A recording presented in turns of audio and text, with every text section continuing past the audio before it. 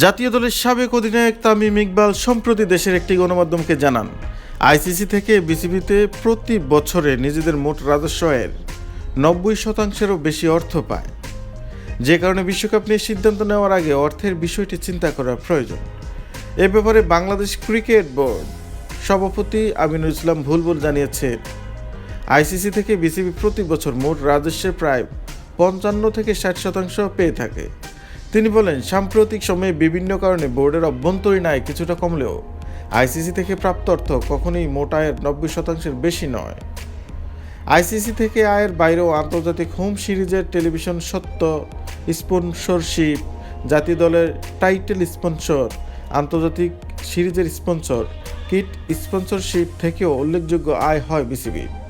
প্রতি বছর Bangladesh premier league অর্থাৎ বিপিএল, ঢাকা প্রিমিয়ার লিগ, জাতীয় cricket league, Bangladesh cricket league আয়োজন করে অর্থ আয় করে থাকে বিসিবি।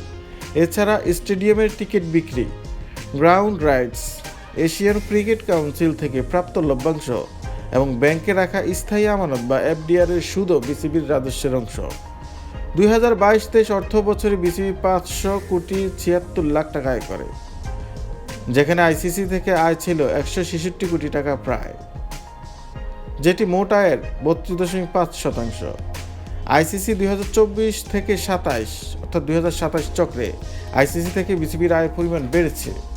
এই সময়ে আইসিসির মোট আয়ের 4.46% অর্থ পাবে বাংলাদেশ, যা প্রায় 290 কোটি টাকা। তো এই হচ্ছে খেলাধুলা বিষয়ক তথ্য। আপনারা যদি আমার চ্যানেলে নতুন হয়ে থাকেন, চ্যানেলটা অবশ্যই সাবস্ক্রাইব করে দিবেন এবং বেল আইকনটি অন করে দিবেন। ভিডিওতে একটি লাইক দিবেন আর ভিডিওটি শেয়ার করে দিবেন। সবাই ভালো থাকবেন, সুস্থ থাকবেন।